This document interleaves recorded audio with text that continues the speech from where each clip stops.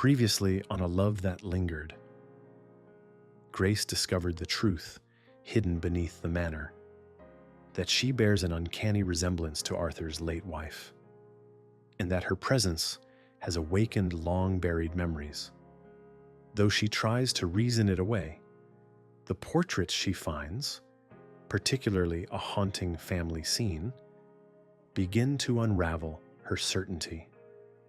This is episode 6, Whispers in the Garden. The storage room door clicked shut behind her, but Grace didn't hear it. Her ears were filled with the rushing sound of her own thoughts, the echo of Arthur's voice still clinging to her like fog. She bolted. Down the hallway, her boots thudded across the aging wood, through the echoing corridors and down the grand staircase that curved like a frozen wave. She didn't know where she was going, only that she had to get away. Away from the paintings, from the past, from Arthur. Her hand grazed along the banister, trailing dust and age. As she reached the landing, her eyes caught a sliver of morning light bleeding through the cracks of an old door tucked beside the staircase.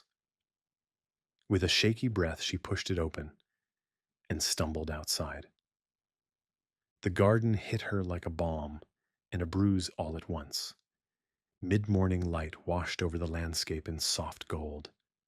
A cobblestone path curved between hedges and rose bushes, winding like a forgotten memory. The summer air was warming, thick with the scent of lavender and distant rain, the humidity beginning to cling to her skin. She wandered down the path, her steps uneven, until she found a wooden bench nestled deep within the maze of greenery. Vines curled around the iron arms of the bench like fingers that refused to let go. She sank onto it and buried her face in her hands. "What is happening to me?" she whispered into her palms. The silence offered no answers. Her heart thundered in her chest as if it could break free from the confusion that gripped her. Maybe it was all just coincidence. Maybe she really was just a descendant with a familiar face. A trick of fate and genes. But she could still see that little girl in the painting, the one with red curls and solemn green eyes. The same expression she'd worn in every childhood photo. That wasn't coincidence, that was something else. And Arthur's eyes. The pain in them when he looked at her. The desperation. A warm breeze stirred the leaves, and with it came a quiet rustle. Grace stiffened, brushing tears from her cheeks as footsteps approached. It was Oliver. His dark coat blended with the shaded hedge behind him, his presence almost ghostly. He didn't speak at first, simply standing a few feet away with his hands folded in front of him, eyes gentle. "Are you all right, Miss Everly?" Grace let out a bitter laugh. "Do I look all right?" A pause. "No." She sighed, wiping her face. "I just needed to be alone for a minute, away from him." Oliver nodded. He slowly sat on the edge of the bench, leaving a respectful space between them. "I thought you might come out here. You always loved this garden." Grace stared at him, a frown knitting her brows. There it is again. You, as if I'm her. He looked at her carefully. "Aren't you?" "No." Her voice cracked. "I mean, I can't be. I have a family, a childhood, memories that don't involve this place. So how could I be her?" Oliver's gaze dropped to his gloved hands. "I don't know. Reincarnation is not something I fully understand. But sometimes, truth doesn't rely on understanding, only on feeling." Grace turned away, staring through the hedges. "Do you believe it? That I'm really her?" He hesitated. "Part of me wants to." She looked at him. Why? Oliver's voice was barely a breath. Because I loved her too. The silence that followed was thick and heavy. Grace blinked, her lips parting in shock. You? He nodded. From the moment she moved into the manor, I knew. I knew she was kind and curious, and she could disarm a room with a single smile. And I knew I would never be more than her servant, her confidant. Grace swallowed hard. Why didn't you ever tell her? A sad smile tugged at the corners of his mouth.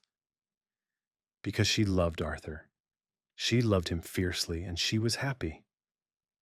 That was all I wanted for her. She looked down.